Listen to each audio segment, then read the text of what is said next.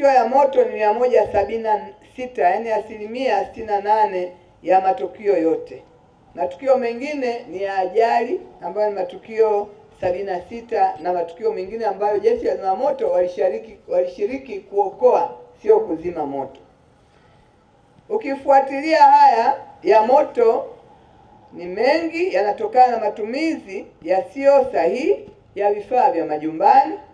Aidha, yanatokana na uzembe kwa baadhi ya maeneo.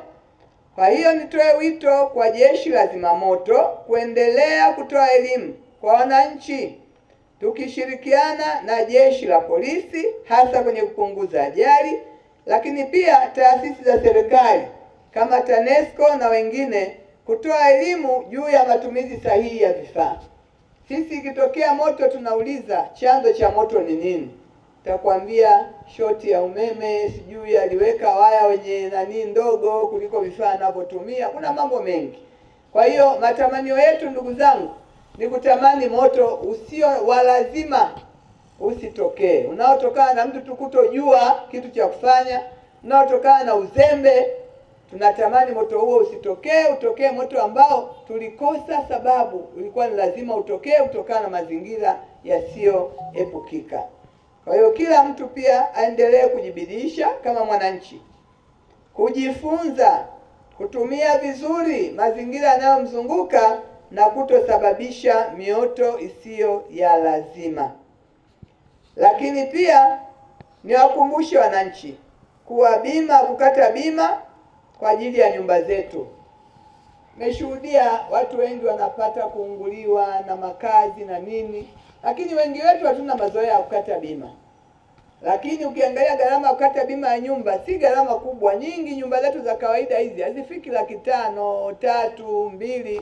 Nyumba uliojenga kwa milioni 20, 30, 50. Kwa hiyo ni afadhali pia, pamoja na ujenzi mzuri, utumie gharama ndogo kukata bima. Inapotokea matukio ya namna hiyo, basi kuwe na namna ya kurudishia makazi yako ili uweze kuendelea salama na maisha.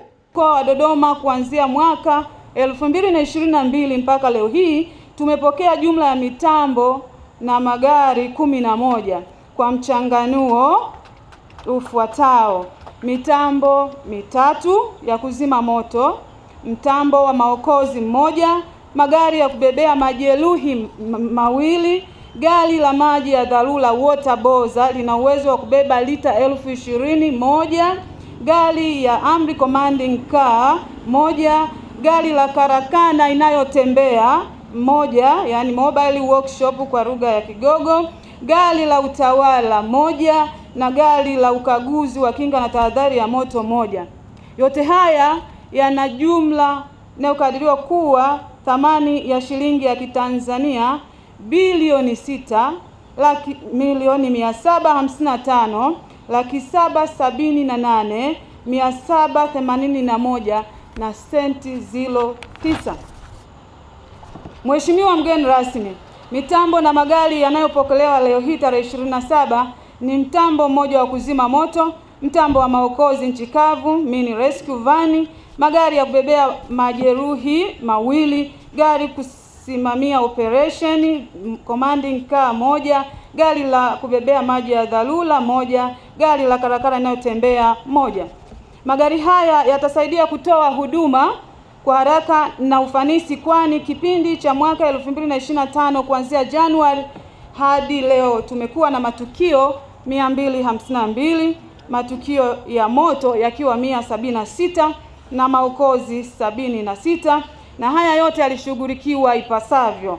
Hivyo mapokezi ya magari haya yatasaidia kuongeza ufanisi na kukabiliana na matukio hayo bila kuleta madhara kwa binadamu. Kwenye uchaguzi tarehe 29, hatutegemei magari yale ya ambulance tuliyoona hapa na maeneo mengine yakatumika kuchukua watu ambao wameandamana pasina sababu yoyote.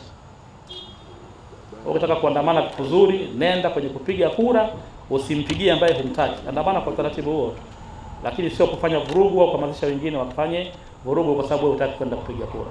Kwa hiyo tunawatakia uchaguzi mwema, lakini tuchukue tahadhari sisi wenyewe, lakini na familia zetu tunaoongea nao, tuhamasisheni kulinda tunu ya taifa letu.